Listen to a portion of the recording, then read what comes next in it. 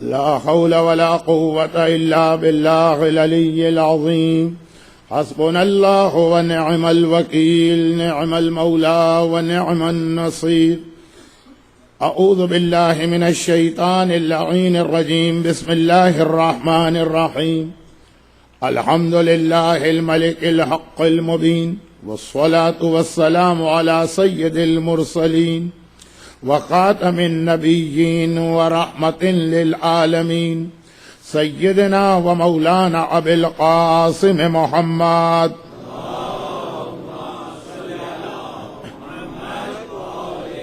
وآله وأهل بيته وعطرته الطيبين الطاهرين المعصومين المظلومين المنتجبين الميامين سيما على بقية الله في الأراضين وحجته على العالمين الإمام المنتظر والحجة الثاني عشر اللهم عجل فرجه وقرب زمانه وكثر أنصاره وأهلك أعداءه ولعنة الدائمة على أعدائهم أجمعين أما بعد فقد قال الله عز وجل في كتابه المبين بسم الله الرحمن الرحيم يا أيها الذين آمنوا صلوا عليه وسلموا تسليما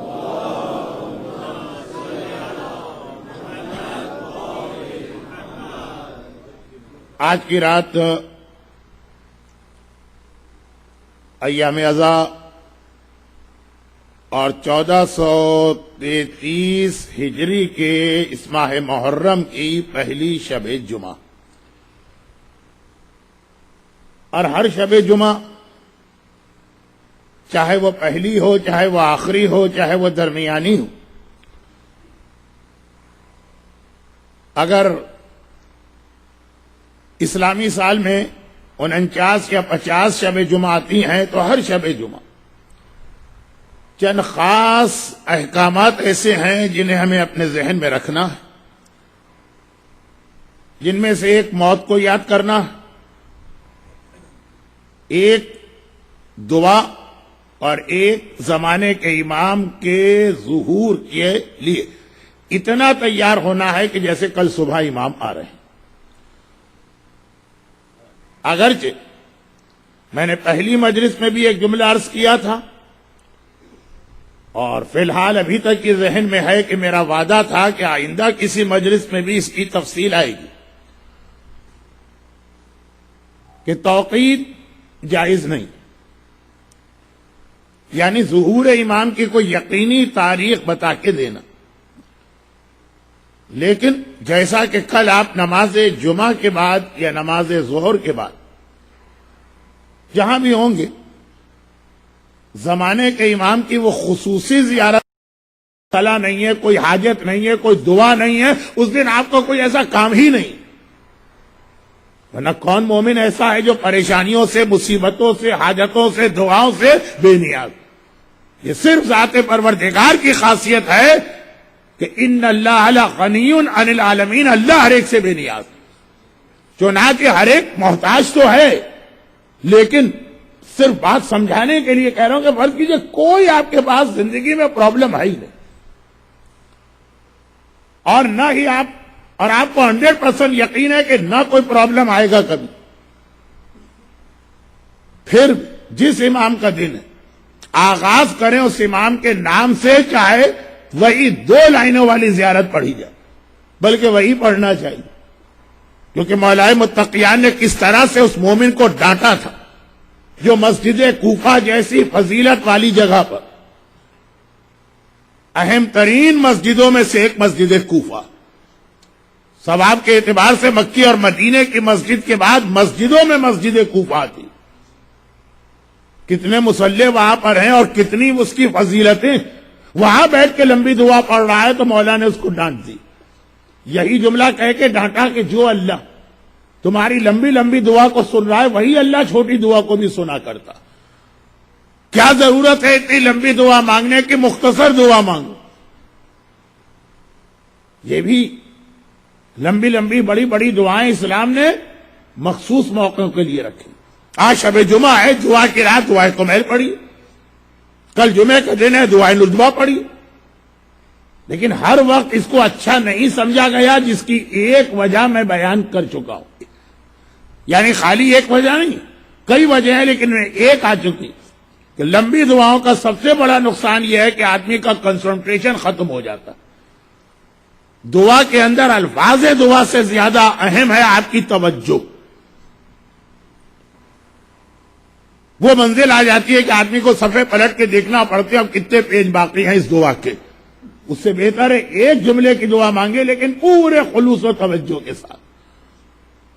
بہت مختصر ایک جملہ اور کہہ دوں جس کی تفصیل کا آج موقع نہیں. شب قدر جیسی رات پورے سال میں کوئی نہیں، مگر مزدلفہ کی رات کے بارے میں لفظ آیا ہے کہ وہ شب قدر سے زیادہ افضل. ایک رات جو ہم اس مزدلفہ کے میدان میں گزارتے ہیں، جس کا بیان میری مجلس کے پہلے یا دوسرے دن آیا تھا، شب قدر سے زیادہ افضل اس رات کو قرار دیا گیا، کیونکہ وہ ہر مومن کو ہر سال نہیں ملتی.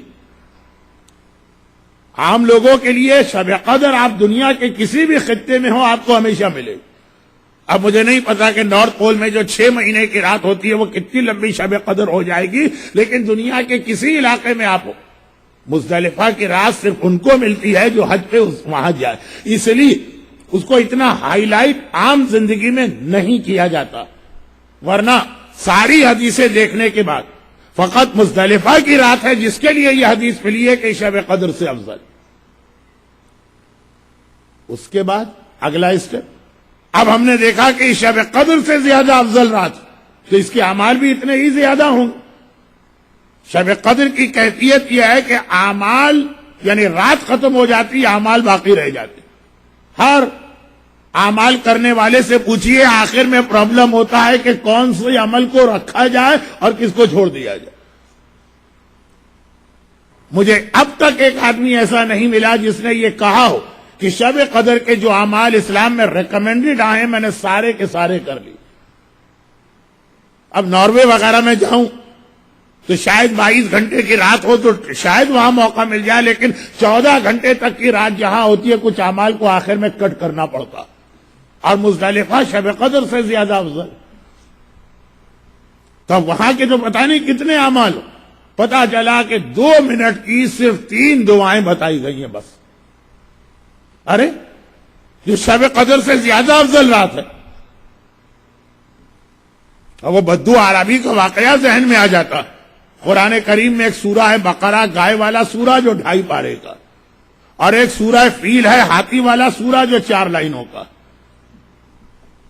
اس کو پتہ ہی نہیں تھا. بہرحال ایک دن وہ اپنے صحرا سے نکل کے مسجد میں گیا، امام نے سورہ بقرہ شروع کیا، اب ختم ہوگا اب ختم ہوگا اب ختم ہوگا، 2.5 پارے کا سورہ.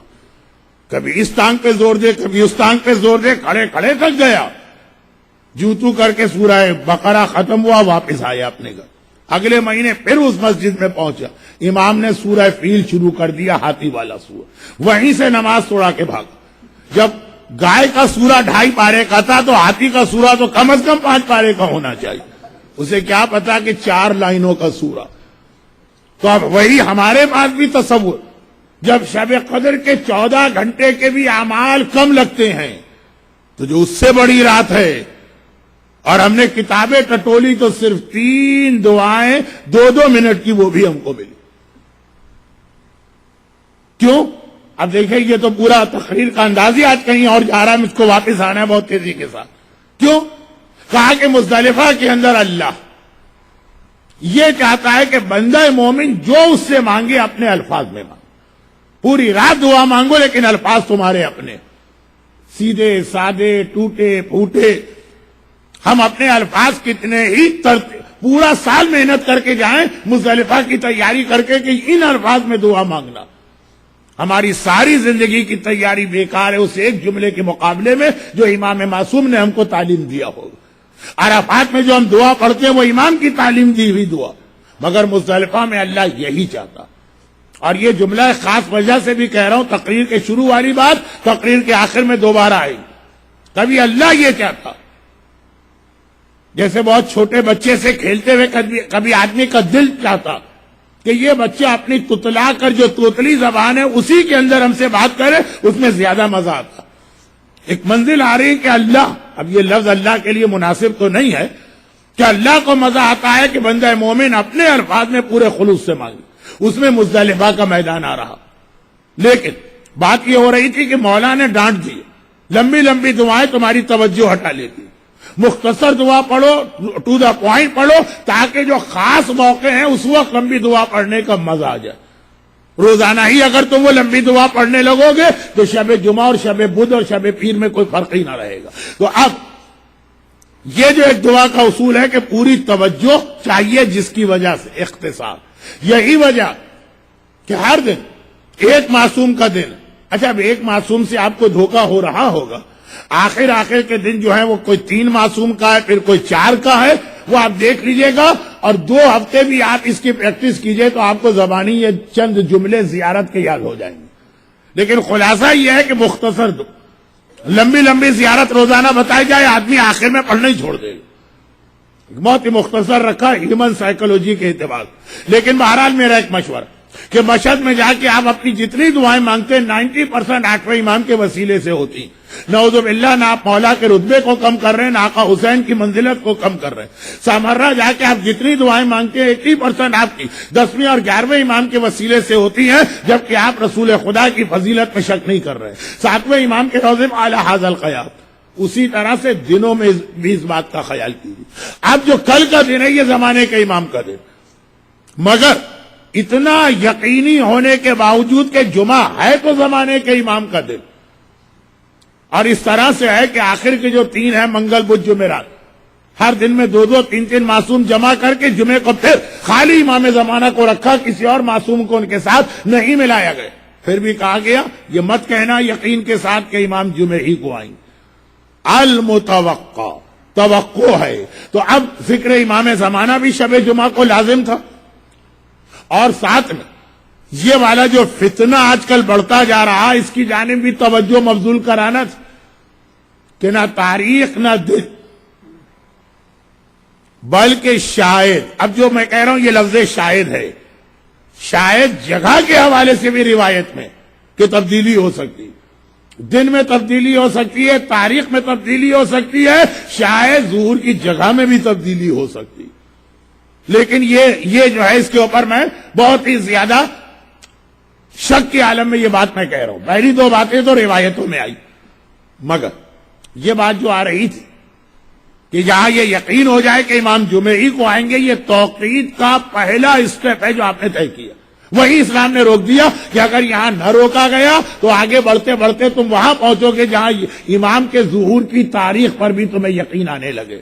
مگر ظہور امام کے حوالے سے جو بات مجھے عرض کرنا تھی وہ یہ کہ امام ظاہر جب بھی ہوں، غیبت کا مطلب یہ نہیں ہے کہ امام کا اور ہمارا کوئی رشتہ اور کنیکشن نہیں، ظاہر جب بھی ہوں، مگر غیبت میں بھی امام ہمارا اتنا ہی خیال کر رہے ہیں اور ایسی ہی ہماری کیئر ٹیکنگ کر رہے ہیں جیسے اپنے ظہور کے زمانے میں کرتے۔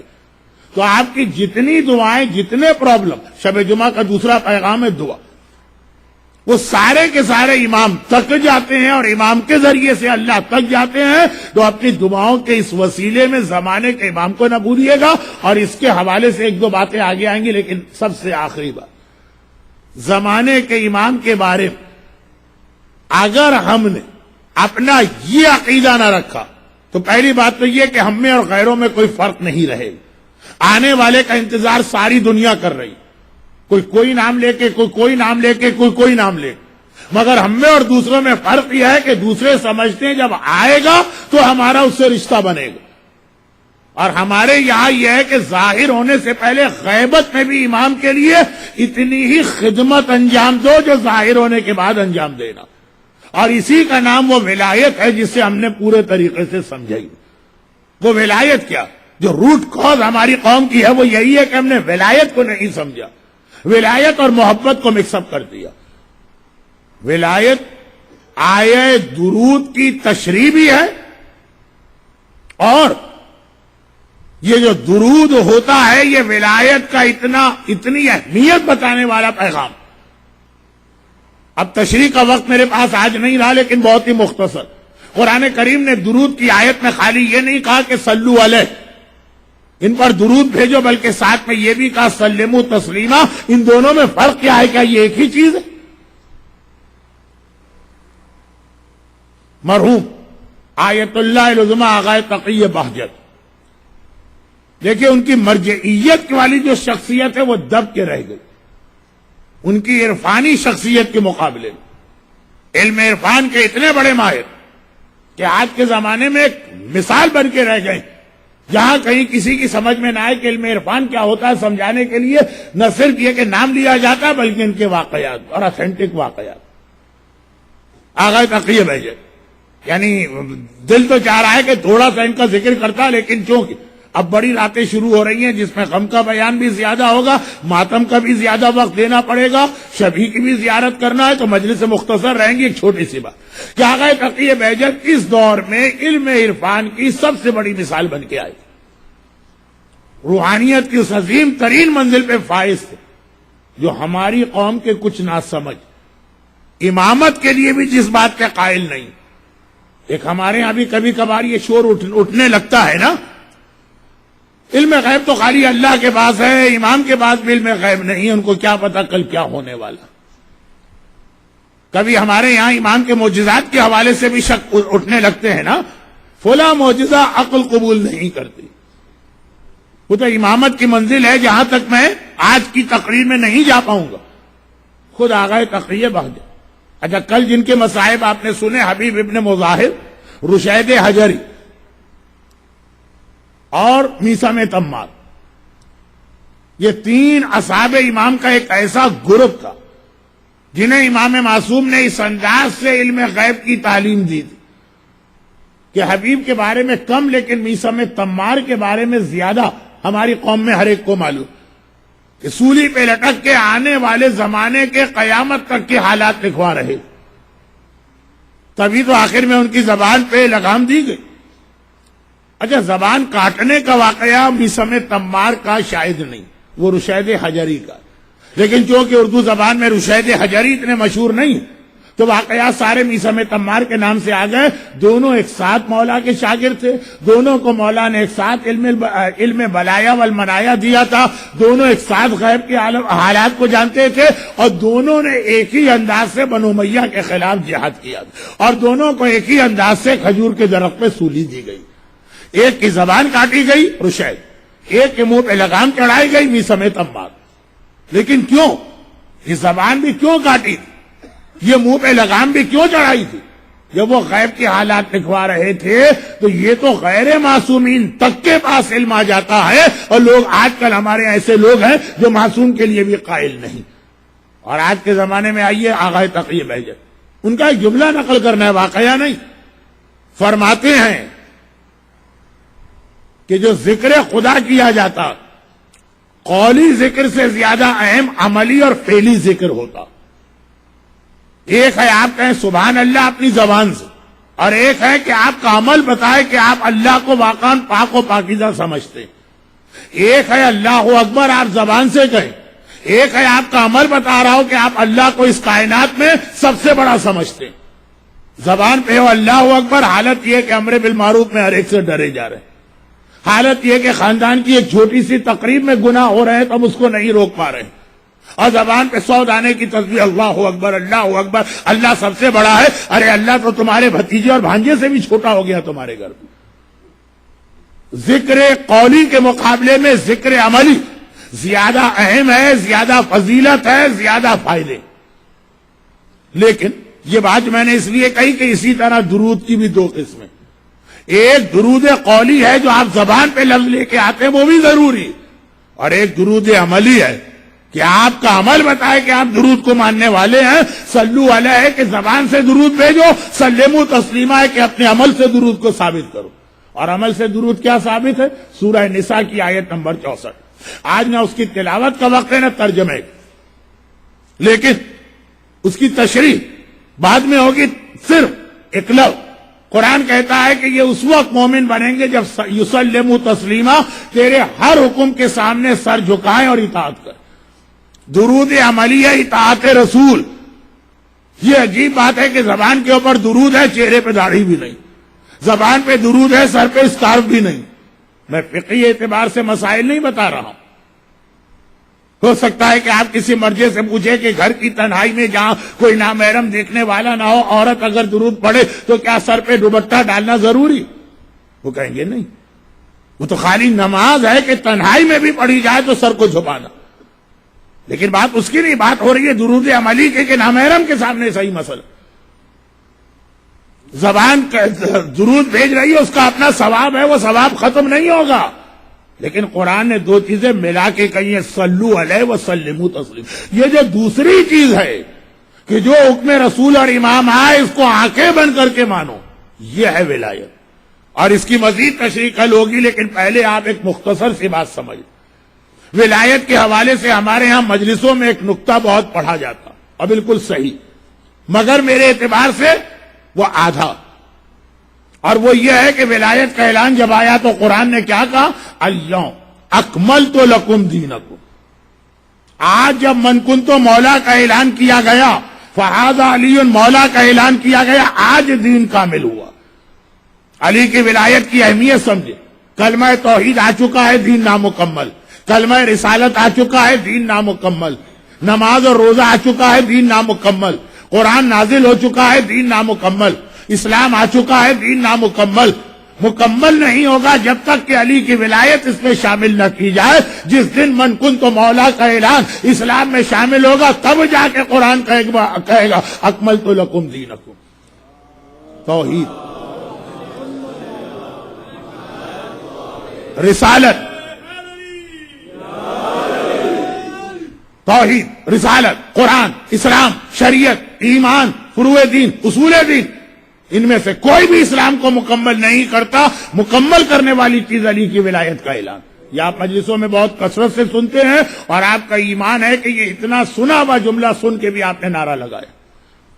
لیکن اس کے ساتھ ایک بات اور بھی یاد رکھیے، کرچہ اس بات کو آخر میں جا کے مجھے نامکمل چھوڑنا پڑے گا. اگر میں مکمل کرنے جاؤں گا تو ہماری قوم کا جو فتنہ و فساد کا ماحول ہے اس میں میری بات لوگ سمجھ نہیں پائیں گے. لیکن جہاں تک مجھے آپ کو پہنچانا ہے وہاں تک پہنچے گا. یہ تو ہو گئی بات عقیدے کی حد تک کہ اصول دین نامکمل ہیں. دیکھیے جب اعلان غدیر ہوا تو توحید آ چکی. بچے سے پوچھے گا، یہ بھی سنڈے مدرسے میں یاد کر کے آیا اصول دین 5 میں سے 4 آ چکے تھے، پھر بھی دین نامکمل. یہ امامت ہے جس نے اصول دین کو مکمل کیا. اور خالی ایسا نہیں ہے، یہ ولایت ہے جس نے فروع دین کو بھی مکمل کیا. اسلام میں سب سے اہم عبادت ہے نماز. نماز ایک ایسی عبادت ہے جسے پڑھتے وقت یہ نہ سمجھیے کہ آپ کو کوئی زحمت میں ڈالا جا رہا، کوئی بوجھ ڈالا جا رہا، آپ کو کوئی محنت والا کام کرنا. نماز کا ایک مزہ ہوتا. دیکھیں ہمارا مسئلہ یہ ہے کہ ہم پزا کے مزے کے عادی، ہم ہیمبرگر کے مزے کے عادی، ہم فلاں بہت ہی مشہور چین کی کافی کے مزے کے عادی. پہلے تو میں نام بھی لے لیتا تھا، لوگوں نے کہا مولانا یہ بڑی بڑی کمپنیاں ہیں، بغیر ان سے آپ رائلٹی لیے ہوئے نام وام مت لیا کریں، آپ بلا وجہ اپنا نقصان کر رہے ہیں. تو چلیں خیر ٹھیک، فلاں ہے وہ آؤٹ لیٹ، وہاں کی کافی بہت اچھی. ہمیں پیزا کا مزہ آتا ہے، ہمیں کافی کا مزہ آتا ہے، ہمیں برگر کا مزہ آتا ہے. خالی ان چیزوں کا مزہ نہیں ہوتا، بلکہ یہ مزہ تو تھوڑی دیر کے بعد ختم ہو جانے والا ہوتا ہے. نماز کا مزہ، اللہ اکبر کہنے کا مزہ. گرچہ یہ چیز پرسوں آئے گی تفصیل کے ساتھ، لیکن جملہ آج سن لی. جو کل واقعہ آپ نے سنا کہ گردن پر چھری چلی اور وہ تڑپ کے آ رہا، یہ جملہ آپ پرسوں پھر سنیں گے اور ساری زندگی سنا. جب آقا حسین نے قاسم سے پوچھا تھا کیف عندک الموت، موت کیسی ہے، تو یہ نہیں کہا تھا کہ چچا اللہ کے نام پہ میں مرنے کو تیار، دین کو بچانے کے لیے میں مرنے کو تیار، آپ کے مقصد کو بچانے کے لیے میں گلا کٹوانے کو تیار، یہ نہیں کہا تھا۔ احلی من الاصل، کہا یہ تھا شہد سے زیادہ مزیدار چیز ہے موت۔ ایک مزہ ہوتا ہے عبادتوں کا، ایک مزہ ہوتا ہے شہادت کا، ایک مزہ ہوتا ہے موت کا۔ ہم نے وہ مزہ، اب ممبر اور بڑی غم کی بڑی راتیں، شاید جگر نے کہا تھا ہائے ظالم تو نے پی ہی نہیں، ہم جیسوں کو دیکھ کے کہا تھا کہ ممبر سے کہتے رہتے ہو شراب حرام ہے اور گناہ ہے، ہائے ظالم تو نے پی ہی نہیں۔ اچھا ہے کہ نہیں پی، لیکن خلاصہ یہ ہے کہ اس چیز کی میں ترغیب نہیں دے رہا ہوں، ادھر مت جائیے گا جگر کا شعر سن کر۔ آپ کو عمل جگر پہ نہیں کرنا ہے، آپ کو عمل امام معصوم پہ کرنا ہے۔ عبادتوں میں ایک مزہ آتا، اور اگر صحیح معنوں میں آپ کو وہ ٹیسٹ آ جائے، وہ مزہ آ جائے، تو آپ مصلی پر اس طرح کھڑے ہوں گے کہ عشاء کے بعد جو اللہ اکبر کہیں گے تو فجر کے قریب ہی آپ کی پیشانی سجدے سے اٹھے گی، وہ بھی زبردستی اٹھانا پڑے گا کہ بھئی نماز مکمل کرو، اب فجر کا وقت آ گیا۔ تلاوت قرآن کا مزہ آ جائے، شہادت کا مزہ آ جائے۔ یہ روایت کا جملہ ہے کہ قرآن کی آیت کب نازل ہوئی؟ خودکشی حرام، جب مدینے کے اندر جہاد شروع ہوئے، لوگوں کو شہادتوں کا مزہ آنے لگا، تو اب حالت یہ ہے کہ جہاں پہ شہید ہونے کا موقع نہیں ہے، وہاں بھی ایک آدمی جا کے اپنی گردن رکھ رہا ہے۔ اسلام نے کہا نہیں، وہ اپنی جگہ شہادت واجب ہے، لیکن جہاں شہادت کا موقع نہیں ہے اپنے آپ کو ہلاکت پہ نہ ڈالو۔ یہ ایک مزہ ہوتا ہے۔ موت، آج شب جمعہ موت کے بارے میں الٹی بات میں نے کہی، موت کا ایک مزہ، وہ مزہ آپ کو آ جائے تو مرنے کے لیے تڑپیں گے، مرنے کے لیے بے چین ہوں گے۔ لیکن بات ہو رہی ہے نماز کی، ہمیں اور آپ کو آج تک نماز کا مزہ پتہ ہی نہیں چلتا، تو جہاں نماز کی بات آتی ہے ہمارے چہرے اتر جاتے۔ یہ کیا مولانا نے ذکر چھیڑ دیا، کب تک نماز نماز نماز کیے جائیں؟ صحیح معنوں میں اگر مولائیوں کا مجمع ہو تو وہاں لوگوں کو نماز پڑھنے کا حکم نہیں دینا پڑتا، وہاں نماز سے روکنے کی بات کرنا پڑتی ہے۔ وہ اتنی دیر تک روزانہ مصلی پہ کھڑا رہے، نماز کا مزہ کیا؟ مقدس اردبیلی کا ایک بہت ہی چھوٹا سا واقعہ، اور اس کے بعد جو میرا اصل آج کا موضوع نماز ہی کے بارے میں، نماز سے ہٹ کے نہیں ہے۔ یہ مت سمجھیے کہ واقعہ سنا کے پھر نماز کا چیپٹر کلوز، نہیں، پھر تو اصلی نماز کا چیپٹر شروع ہوگا، لیکن ایک چھوٹا سا واقعہ۔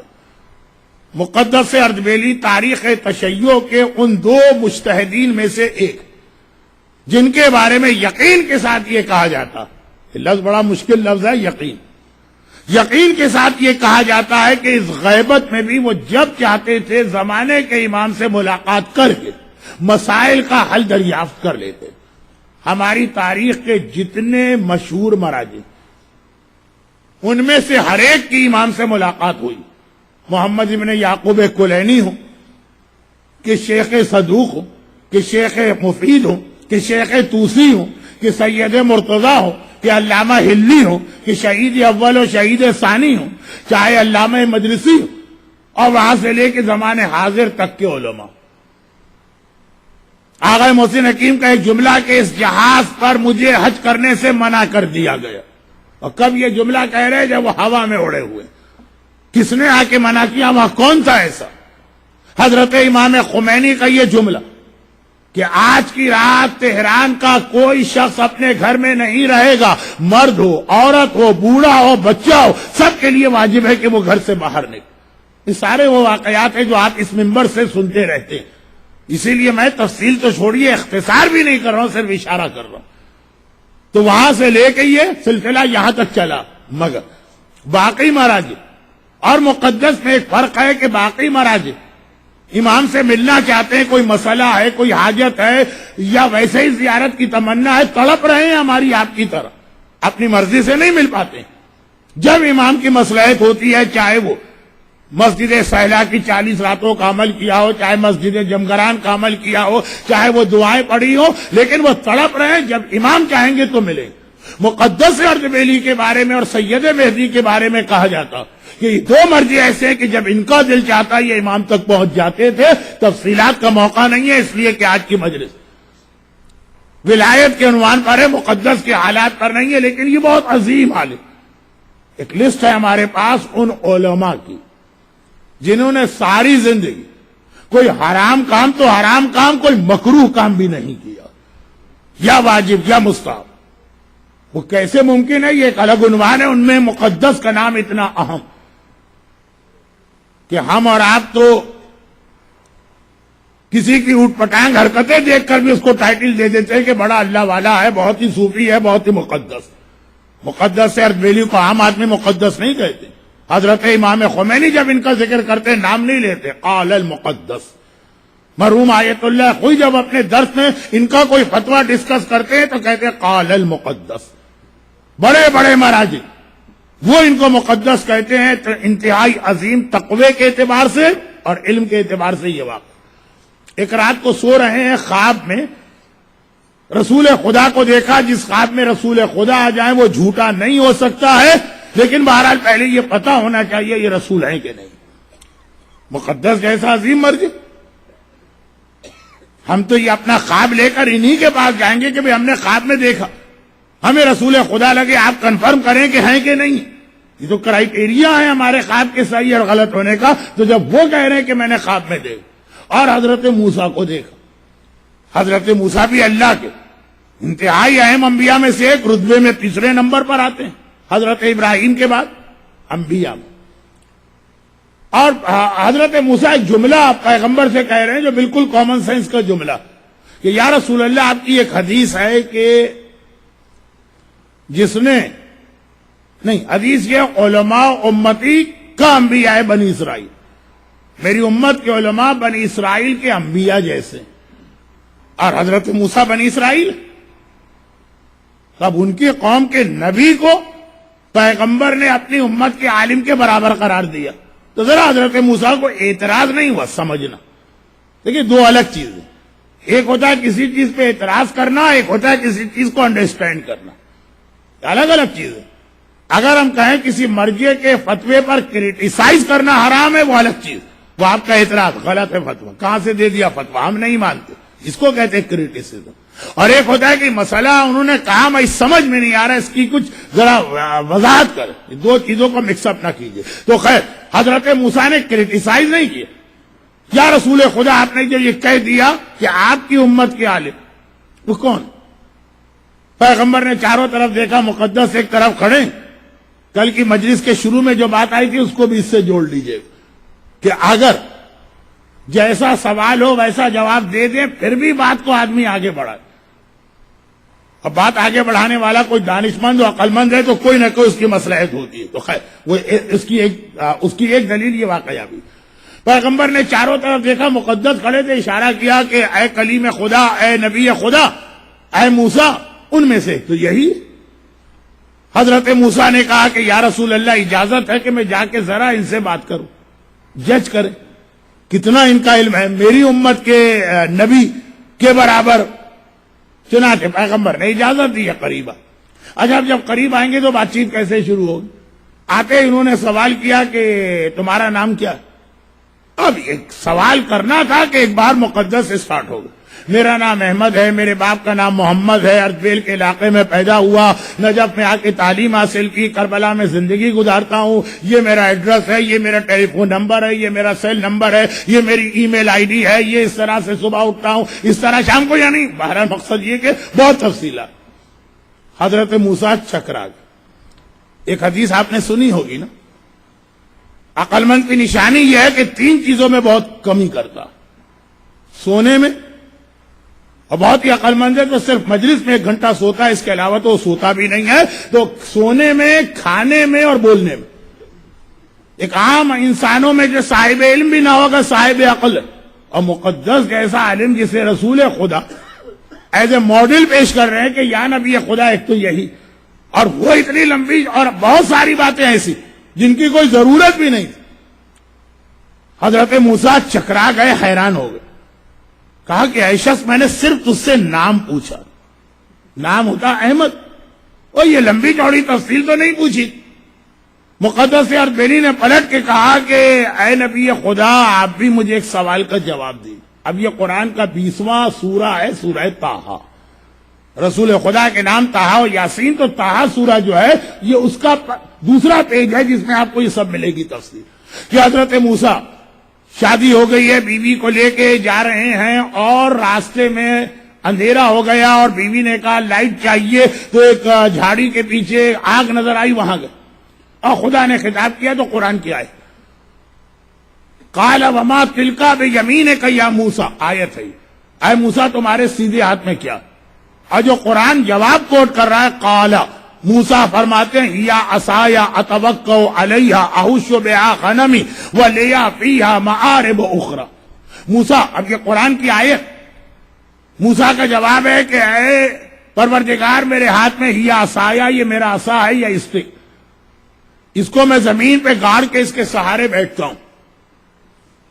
یہاں تو صرف 2 ہی دیواریں ہیں، کتنے سارے مومنین کو اس وقت سہارا چاہیے. میرا یہ جملہ سن کے تو اور زیادہ خواہش پیدا ہو رہی ہوگی، لیکن مجبوری.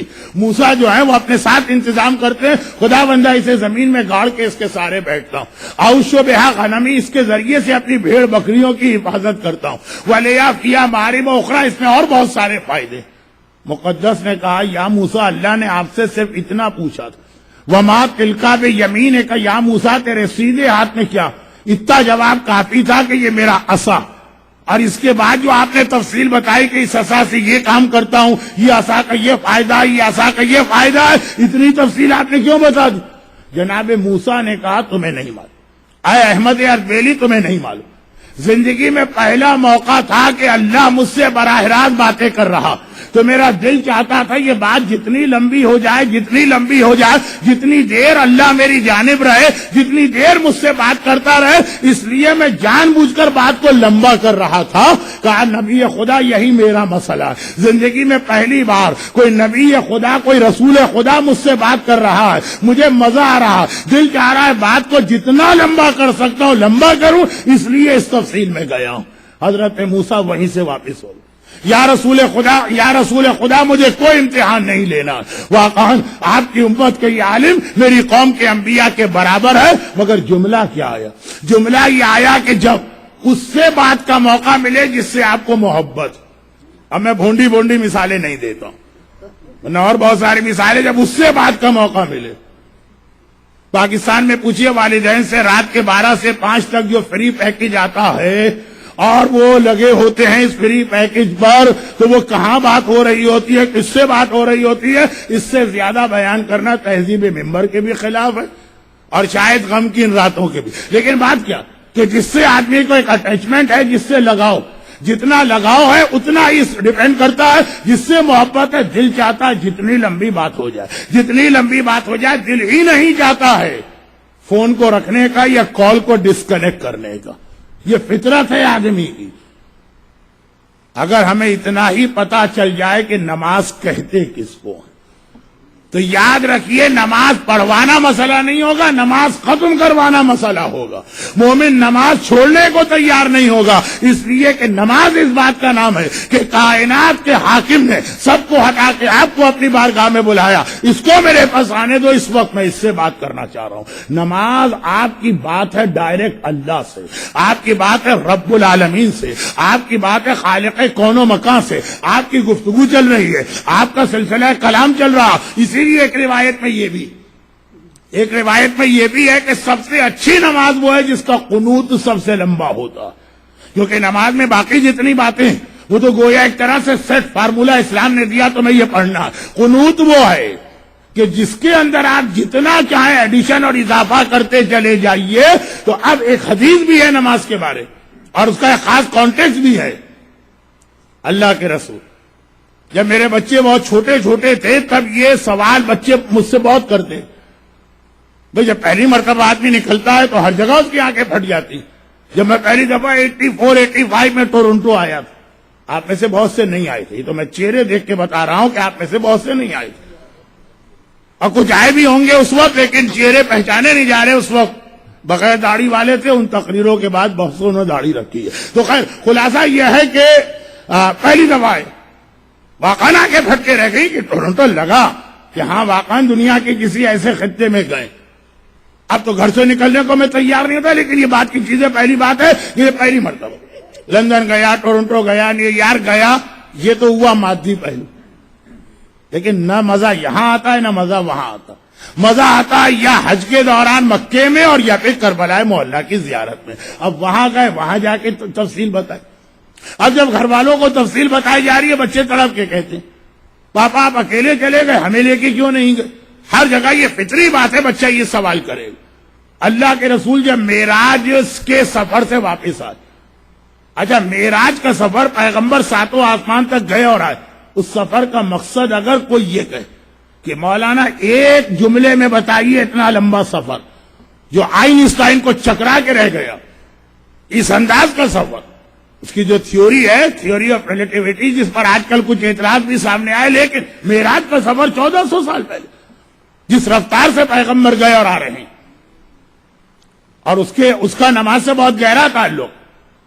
معراج کا مقصد کیا تھا، معراج کا تحفہ کیا؟ یہ دو چھوٹے سوال، میں اپنے موضوع کے اندر ہوں۔ معراج کا تحفہ تو یہی نماز ہے جو روایت ابھی آ رہی، لیکن معراج کا مقصد کیا تھا؟ کیوں پیغمبر کو زمین سے آسمان تک لے جایا گیا؟ اور معراج دو طرح سے ہوئی ہے۔ پہلے پیغمبر اس طرح سے چلے جیسے پلین چلتا، پھر اس طرح سے چلے جیسے راکٹ چلتا۔ پلین جو ہے وہ شرق سے غرب تک ہاریزنٹل اس کا موومنٹ ہوتا ہے، راکٹ ورٹیکل جاتا ہے۔ پہلے پیغمبر مدینے گئے، نجف گئے، کوہ طور گئے، بیت المقدس گئے، کربلا گئے، قم گئے دنیا میں، اور پھر پہلے آسمان اور ساتویں آسمان اور عرش الہی۔ پورے سفر کا مقصد کیا؟ پورے سفر کا مقصد ہے ولایت علی کا اعلان کروانا، ولایت علی کا پیغام دینا۔ معراج کا پورا مقصد یہ بتایا جا رہا، یہ روایتیں بھی ہیں، یہ احادیث بھی ہیں، یہ واقعات بھی ہیں۔ تو میرا موضوع ہے معراج اور میرا موضوع ہے ولایت، دونوں ایک ہی چیز ہے۔ ولایت کا اعلان امت کے سامنے غدیر میں ہوا، لیکن آسمانوں پر یہ اعلان پہلے ہوا شب معراج۔ یہ تو مقصد معراج، اور تحفہ معراج نماز۔ وہ کیسے؟ اس وقت تک اسلام میں 5 نمازیں نہیں آئی تھی۔ بہت سے لوگ کہتے ہیں کتنا اچھا تھا، کاش ہم اس وقت پیدا ہوا ہو، ایک ہی نماز سے کام چل جاتا۔ لیکن خیر، اب آئیے اصل جملے میں۔ اللہ کے رسول آئے اور آنے کے بعد تفصیل بتا رہے میں نے آسمانوں پہ کیا دیکھا، دنیا میں کیا دیکھا اور آسمانوں میں کیا دیکھا، دونوں بتا رہے ہیں۔ اب عرب کے لوگوں کے لیے تو بہت بڑی بات، جب آج سے 25 سال پہلے 35 سال پہلے پاکستان کے لوگوں کو جا کے آپ یہاں کی باتیں بتائی، کتنی حیرت و تعجب ہوتی، ہر بات پہ یقین کر لیتے۔ میں نے اپنے بچپنے میں سنا تھا، یعنی باقاعدہ اس آدمی سے سنا تھا جو اس وقت امریکہ سے گیا تھا واپس۔ 60s کی بات ہے، 60s میں تو انگلینڈ بہت بڑی چیز تھی، امریکہ تو خیر عرش الہی سے بھی پرے کی کوئی چیز تھی۔ وہ آ کے بتا رہے تھے کہ ہم لوگ کہاں رہتے ہیں، پاکستان میں اور کراچی میں، ترقی تو وہاں ہے وہاں، اور قسم کھا کے ترقی بتا رہا۔ کیا ترقی بتا رہا؟ کہہ رہا ہوں لوگوں نے اتنی ترقی کر لی ہے کہ ایک مشین بنا دی، اس کے اندر اگر آپ 40 سال کی عورت کو ڈالیں تو 20-20 سال کے دو جو کھلے نوٹ ہیں نا وہ آ جاتے ہیں۔ ہمیں یقین نہیں ہے، ہم نے کہا یہ تو کچھ ذرا زیادہ لگ رہا۔ ارے نہیں، قسم کھائی اس نے کہ میں ہوٹل کے لابی میں بیٹھا تھا، سامنے ایک مشین تھی، اس کا دروازہ کھلا، 40 سال کی ایک خاتون گئی، دروازہ بند ہو گیا، 2 منٹ کے بعد دروازہ کھلا، 20-20 سال کی دو نکل کے باہر آ رہے۔ قسم کھا رہا ہے کہ ہاں میں نے اپنی آنکھ سے مشین دیکھی ہے، میرے سامنے 40 سال کی عورت گئی اور میرے سامنے وہ کھلا ہو کے چھٹا ہو کے 20-20 سال کی 2 لڑکیاں باہر آ رہی ہیں۔ آج پتا چلا اس کی قسم بھی سچی تھی، لیکن خیر خلاصہ یہ ہے کہ اس زمانے آج سے صرف 40 سال پہلے اس قسم کی باتیں بیان کی جاتی، تو جس طرح آپ ہنس رہے ہیں، آدھے لوگ ہنستے تھے تو آدھے یقین بھی کر لیتے۔ تو آج سے 1400 سال پہلے عرب کے لوگوں کی تو آنکھیں پھٹ گئی جب رسول نے عرش الہی بتایا، جب رسول نے جنت کی تفصیلات بتائیں، جب رسول نے وہ 4 نہروں کا سورس بتایا، کوثر و تسلیم اور زمزم وغیرہ، تو ایک مرتبہ پیغمبر تفصیل بتاتے جا رہے ہیں۔ قریش مکہ تو مخالفت کی وجہ سے کچھ بولنے پر مجبور ہیں، مگر مسلمان تو یقین کرتے جا رہے ہیں۔ کسی نے تڑپ کے کہا یا رسول اللہ، یہ اکیلے آپ کو اللہ نے معراج دے دی، ہم آپ کے کلمہ پڑھنے والے اور ہم اس سے محروم رہے، ہمیں یہ نہ مل سکا جو آپ کو مل رہا۔ تب پیغمبر نے یہ جملہ ارشاد فرمایا کہ نہیں، جو مجھے ملا یہ تمہیں بھی مل سکتا ہے۔ الصلاۃ معراج المومن، یہ نماز یہ مومن کی معراج ہے، اس میں مومن وہیں پہ پہنچ جاتا ہے جہاں پہ میں پہنچا تھا۔ اللہ کے اتنا قریب پہنچ جاتے ہو کہ جب نماز پڑھو تو یہ سمجھو اللہ تمہارے سامنے، تم اللہ کو دیکھ رہے۔ یہ نماز اسی سے تو ہمارے علماء نے وہ جملہ بنایا آج شب جمعہ کا جملہ، کہ جب کبھی آپ کو اتنا بڑا پرابلم پیش آئے، کسی طرح سالو نہ ہو رہا ہو، تو ڈائریکٹ آپ اللہ کا ٹیلی فون ملائیے، ہاٹ لائن 24434، وہ اسی پیغمبر کی اسی حدیث کی مدد سے، کہ جو 24434 نمبر بنا ہے وہ اسی حدیث کی وجہ سے 2 رکعت فجر، 4 رکعت ظہر، 4 رکعت عصر، 3 رکعت مغرب، 4 رکعت عشاء نماز پڑھیے یومیہ اور پھر دعا مانگیے، دیکھے گا آپ کی دعا کتنے جلدی قبول۔ ایک ہوتا ہے تھرو پراپر چینل آپ کی اپلیکیشن اللہ تک جا رہی، اور ایک یہ ہے کہ نہیں آپ نے نماز پڑھی تو ڈائریکٹ آپ اللہ کے سامنے ہیں۔ آپ تو کینیڈا میں رہنے والے ہیں، اس لیے یہ مثال آپ کے لیے غلط ہے، لیکن پاکستانی اخبار اگر کبھی پڑھی، وہ سربراہ مملکت جا رہے تھے مجمع کو، سیکرٹری کو توڑتی ہوئی ایک بیوہ عورت باہر نکلی، اپنی درخواست ڈائریکٹ ان کے ہاتھ میں دے دی۔ یا تو خیر سسٹم ہے جس میں اس کی ضرورت نہیں ہے، لیکن نماز اسی کا نام ہے کہ ڈائریکٹ آپ نے اپلیکیشن اللہ آپ کے سامنے آ گیا، آپ نے اس کے ہاتھ میں دے دی۔ دن میں کتنی مرتبہ موقع مل رہا، اگر یہی سمجھ میں آ جائے تو نماز پڑھنے کا مزہ آئے گا۔ پھر کوئی حدیث پڑھ کے، کوئی عذاب بتا کے، کوئی کوڑے بتا کر، کوئی قبر کی کیفیت بتا کر، کوئی فشار قبر بتا کے نماز نہیں پڑھوائی جائے گی، پھر نماز کو رکوانا پڑے گا۔ اور یہی مزہ جو تھا کربلا والوں کو کہ تیر برس رہے ہیں، کسی نے بھی یہ نہ کہا کہ مولا کیا آج کے دن بھی اول وقت پر ہی نماز پڑھنا، آج کوئی گنجائش، کوئی لینینسی، کچھ نہیں، ہر ایک خوشی کے ساتھ تیار ہے، کیونکہ مزہ آ رہا ہے نماز۔ جب مزہ آ جائے، کراچی کے قریب ایک شہر حیدرآباد ہے، حیدرآباد میں ایک زمانے میں ایک بہت ہی مشہور اور بہت ہی ٹیسٹی مچھلی ملتی تھی، پلہ مچھلی۔ اتنے کانٹے ہوتے تھے اس کو کھانا مشکل تھا، لیکن اتنی مزیدار بھی تھی کہ اس مزے کی خاطر وہ کانٹے ہیں، آدمی اگر نیا آدمی ہو تو بیچارہ پھنس ہی جائے۔ نماز میں بھی جو نیا ہوتا ہے نا وہ ذرا گھبرا جاتا، لیکن جن کو مزہ آ جاتا ہے وہ کانٹوں بھری مچھلی ہے، لیکن وہ مچھلی کھانے کے لیے کراچی سے ٹریول کر کے اس وقت حیدرآباد جاتے تھے جب سپر ہائی وے بھی نہیں بنی۔ یہ حیدرآباد وغیرہ کے لاہور کے لوگ ان جملوں کا مطلب کراچی والوں سے پوچھ لیں، لیکن کچھ 40 سال سے اوپر والے سے پوچھئے گا۔ تو خیر خلاصہ یہ ہے کہ جب مزہ آ جاتا، مزہ، نہاری جتنی زیادہ اسپائسی ہو اتنا ہی مزہ آتا ہے، ناک بہ رہی ہے، آنکھوں میں آنسو آ رہے ہیں، سی کر رہے ہیں اور کھائے جا رہے ہیں۔ یہ بہت میں بھونڈی مثالیں دے رہا ہوں۔ جب مزہ آتا ہے تو برستے تیروں میں نماز پڑھنے کو دل چاہتا، آسمان کو دیکھ کے یاد دلاتا ہے ابو سمامہ، مولا وقت نماز آ گیا، یہ نماز بھی آپ کے پیچھے پڑھنے کا دل چاہ رہا۔ جعلک اللہ من المصلین۔ یہی ہمارا مسئلہ ہے کہ ہمیں ان چیزوں کی حقیقت نہیں پتا، اور جب چیزوں کی حقیقت پتا ہوتی ہے تو نہ صرف یہ کہ مزہ آتا ہے بلکہ نیچر بدل جاتی، آدمی کی نیچر بدل جاتی ہے۔ ہر ماں اپنی اولاد کی حفاظت کی تمنا کرے گی، کربلا کی ہر ماں کو یہ فکر ہے پہلے میرا بیٹا مارا جائے۔ پہلے کی فکر ماں کو کب ہوتی ہے؟ جب کوئی دنیاوی ترقی اور کامیابی کی بات ہو۔ امتحان دیا ہے مولانا، دعا کریں ہمارے بیٹے کے نمبر سب سے اچھے آئے۔ جاب کے لیے اپلائی کیا مولانا، اپلائی 500 نے کیا، دعا کریں ہمارے بیٹے کی اپلیکیشن منظور ہو جائے۔ امیگریشن کے لیے درخواست دی ہے مولانا، خاص دعا کریں یہ ہمارے بیٹے کا کام سب سے پہلے ہو جائے۔ ارے 20,000 آدمی کیوں میں لگے، نہیں والا سب سے پہلے۔ یہ نیچر ہے ماں کا۔ مولانا فلاں علاقے میں وہ بیماری پھیلی ہوئی، وہ دعا کرے اللہ ہمارے بچے کو بچا لے۔ تو جو مر رہے ہیں وہ بھی تو کسی کے بچے ہیں، نہیں ہمارا بچہ سلامت رہے۔ یہ ماں کا نیچر جو اللہ نے رکھا ہے، جس کو ممتا کہتے، اور اللہ اس جذبے کا احترام بھی کرتا ہے۔ لفظ میں بہت خطرناک استعمال کر گئے، اس کی تشریح کسی اور موقع پر جب میں یہ بتاؤں گا کہ حج اور عمرے میں خالی خانہ کعبہ کا طواف نہیں کروایا جاتا، جناب حاجرہ کی قبر کا بھی طواف کیا جاتا ہے، ایک ماں یہاں پہ دفن۔ لیکن جب حقیقت دین معلوم ہو جائے اور اللہ خوش ہو، اس کی حقیقت معلوم ہو، تو ہر ماں یہ کہے کہ مولا دعا کرے سب سے پہلا لاشا میرے بیٹے کا آ جائے۔ ہر ایک کو فکر ہے امتحان میں اس کا بیٹا سب سے زیادہ نمبر لے کے کامیاب۔ کربلا کی ماں کو یہ فکر نہیں، کربلا کی ماں کو یہ فکر کیا ایسا نہ ہو میرا بیٹا بیٹھا رہے اور بنی ہاشم کا کوئی اور شہزادہ مارا جائے۔ اور اس میں بھی خاص طور پہ خیال رکھیے گا ساری زندگی آپ نے مصائب کربلا سنے. آپ کو پتا ہے نا کہ حسین کی اولاد سے زینب کتنی محبت کرتی تھی. کل ہی شہزادہ علی اکبر کا ذکر ہوگا.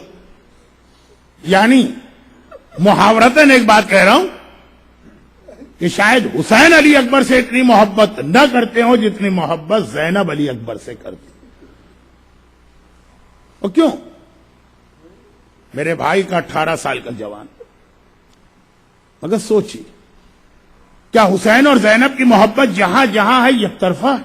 خالی زینب ہی کی طرف سے محبت ہے، حسین کی طرف سے کوئی محبت نہیں.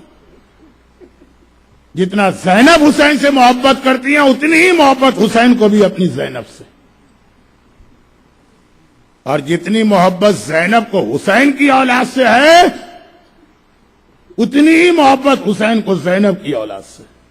زینب کا اگر سب سے بڑا امتحان ہے میرے اکبر کا مقتل میں جانا، تو حسین کے لیے بھی اتنا ہی بڑا امتحان ہے میری زینب کے لال اون و محمد میدان میں جانا. چنانچہ یہ بھی ایک وجہ ہوگی. صاحبان عزا، ایک تو میرا انداز گفتگو ذرا فاسٹ ہوتا، بہت سی چیزیں جو ہیں وہ تیزی میں آپ نہیں سن پاتے، تو غلط فہمیوں میں مبتلا نہ ہوں، الفاظ پہ غور کیجئے گا. یہ بھی ایک وجہ ہوگی کہ حسین اون و محمد کو اپنے ساتھ لے کے کربلا چلے ہی نہیں. جوانان بنی ہاشم میں سب جا رہے تھے، بیٹیوں میں سغرا کو چھوڑ دیا تھا، لیکن شہزادے جتنے بھی تھے سب چلے. صرف اون و محمد کو لے کے نہیں گئے تھے آقا.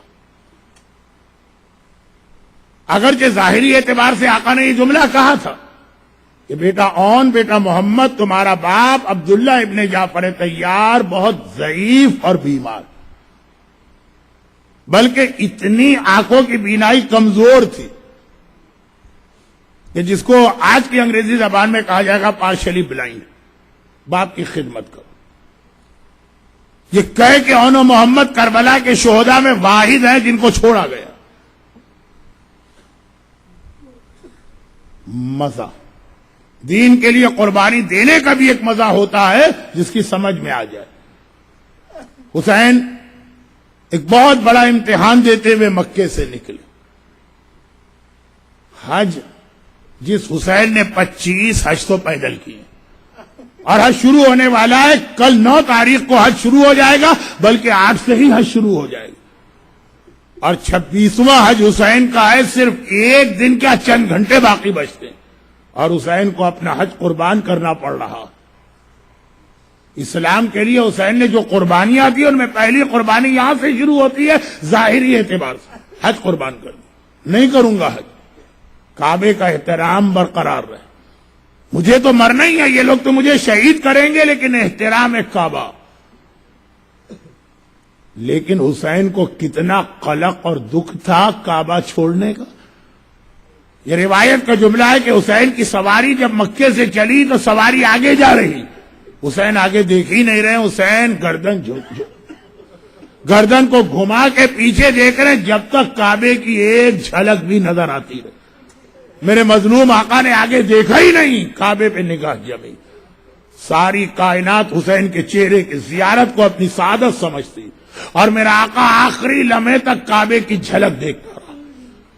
جب کعبہ نظر آنا بند ہوا اب یہ قافلہ چلا، لیکن ابھی پہلی منزل پر پہنچا تھا، بلکہ منزل بھی نہیں، ابھی مقام تنعیم پر پہنچا تھا، جہاں وہ مسجد عائشہ یا مسجد عمرہ ہے وہ جگہ.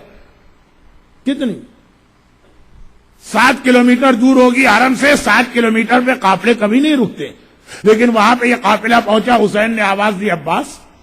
حسینی قافلے کا سارا انتظام عباس کے پاس. عباس قافلے کو روک دو، ہمیں یہاں قیام کرنا، میرا خیمہ لگا. عباس تو حسین کے اشارے پہ حرکت کرتے ہیں کہ مولا خیمہ لگ گیا، لیکن یہ بتائیے کہ ساری سواریاں بٹھائی جائیں، سیدانیوں کے بھی خیمے لگا جائے گا؟ نہیں، تھوڑی دیر کا صرف میرا قیام. اور عباس اب جاؤ باہر، میرا مہمان آ رہا ہے، اس کا استقبال کر کے لاؤ. عباس حسین کے خیمے سے باہر نکلے تو کیا دیکھا؟ مہمان کون؟ عباس کے اپنے بہنوئی، زینب کبریٰ کے شوہر، جعفر طیار کے بڑے بیٹے عبداللہ ابن جعفر طیار اس حالت میں آ رہے ہیں کہ اون و محمد کو اپنے ساتھ لا رہے، ان کے سہارے سواری پہ بیٹھے، سیدھے حسین کے خیمے میں آئے۔ عباس نے استقبال کیا، سلام کیا، بہنوئی کو لے کر، بہنوئی بھی کون بہنوئی؟ زینب کا شوہر۔ مولا علی نے جب زینب کی شادی کا ارادہ کیا تھا تو جس کو بطور شوہر منتخب کیا وہ کتنا افضل ہوگا۔ عبداللہ کو آگے لے کے آئے، حسین کے آقا کے خیمے میں لائے۔ عبداللہ نے حسین کو دیکھا، حسین سے عمر میں کافی بڑے، ایک مرتبہ دیکھا اور کہا کہ حسین میں رشتے میں بھی تجھ سے بڑا ہوں، میں عمر میں بھی تجھ سے بڑا ہوں، اگر میرے اختیار میں ہوتا تو تیری پیشانی کے بال پکڑ کے تجھے روک دیتا، تجھے کوفہ تو کم از کم نہ جانے دیتا۔